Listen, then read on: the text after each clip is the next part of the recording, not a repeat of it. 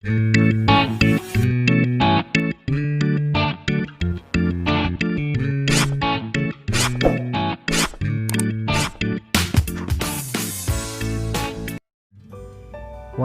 berusaha untuk dirahasiakan, peristiwa itu tersebar juga di mana-mana. Juleha menjadi bahan pembicaraan di kalangan istri pejabat Mesir. Hal itu membuat perasaan Juleha menjadi resah, meskipun ia yang bersalah. Tidak hanya Juleha, Kitfir pun sebenarnya merasa sangat resah dengan tersebarnya berita buruk tentang istrinya itu. Hingga akhirnya berita ini semakin meluas ke kalangan lainnya. Walau sudah diusahakan agar tidak menyebar, tapi cerita Juleha dengan anak angkatnya itu akhirnya terdengar juga oleh tetangga sekitar.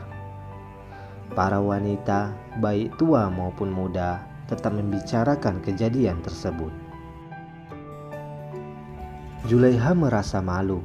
Dalam hatinya ia berkata, mereka belum pernah melihat Yusuf, karena selama ini Yusuf selalu berada di dalam rumah. Andaikan mereka melihat Yusuf, pasti mereka tergila daripada aku.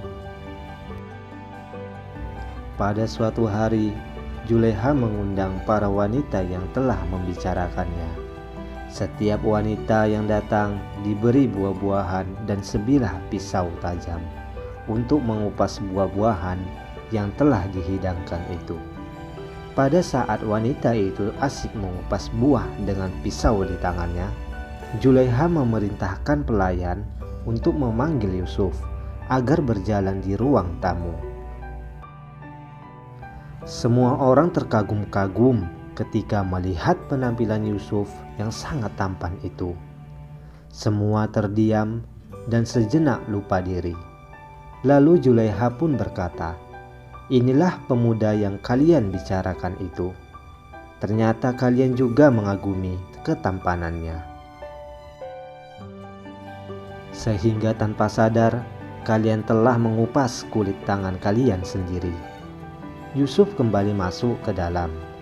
Pada saat itulah wanita-wanita itu baru tersadar bahwa yang mereka kupas bukanlah buah yang dipegangnya, tapi tangan mereka sendiri. Darah pun bercucuran dan suasana menjadi panik. Dengan tersipu malu, mereka kembali pulang ke rumah masing-masing. Namun demikian, peristiwa tentang Juleha dan Yusuf masih terus dibicarakan seluruh penjuru. Para wanita masih membicarakannya. Untuk menutupi rasa malunya, Kitfir akhirnya memasukkan Yusuf ke dalam penjara. Hal ini dilakukan karena terpaksa. Meskipun Yusuf benar, Juleha salah, namun Yusuflah yang masuk dalam penjara. Pada saat itu, memang tak ada jalan lain bagi Kitfir. Yusuf harus dipenjara. Jika tidak, Juleha akan terus tergoda, dan siapa tahu kelak Yusuf tidak mampu mempertahankan kesuciannya. Sedangkan di dalam penjara ada dua orang pelayan raja. Yang pertama bernama Nabo, yang merupakan kepala bagian minuman, dan yang kedua bernama Malhab, yang merupakan kepala bagian makanan. Keduanya dituduh hendak membunuh raja dengan cara menaruh racun ke dalam makanan dan minuman. Di dalam penjara, Yusuf mengajak dua orang itu untuk bertaubat, beribadah hanya kepada Allah saja. Pada suatu hari, Nabo menceritakan mimpinya kepada Yusuf. Aku bermimpi memeras anggur yang hendak dijadikan hamar. Nabo meminta Yusuf mengartikan mimpinya itu.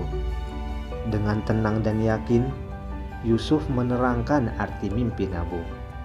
Bergembiralah kau Nabo, sebentar lagi kau akan dibebaskan dari penjara. Kau akan diterima kembali sebagai kepala bagian minuman raja, karena tuduhan terhadapmu tidak terbukti. Lalu Malhab juga menceritakan mimpinya dan meminta Yusuf untuk mengartikan mimpinya. Aku telah bermimpi membawa kue di atas kepalaku, dan ketika itu seekor burung datang memakan kue itu.